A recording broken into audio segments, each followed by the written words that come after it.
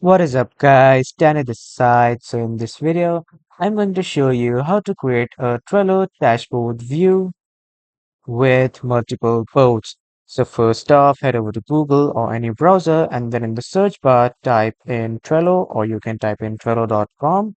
So you will see the first official link of Trello or you will be directly welcome to the dashboard of Trello. So if you are new to Trello, just simply log in or sign up with your email and password.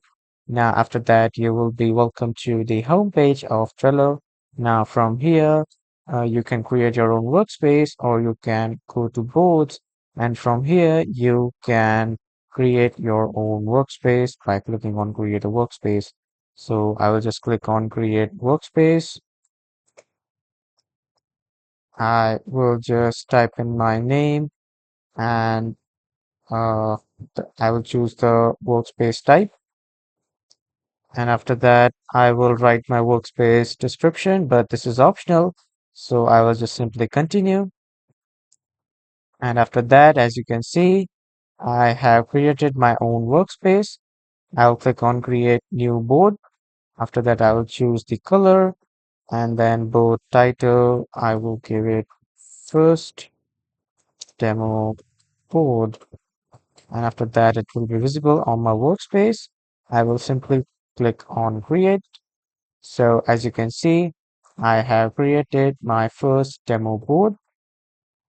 And from here, I can view multiple options like I can view it in the table, in the calendar, in the timeline, in the dashboard, and in the map.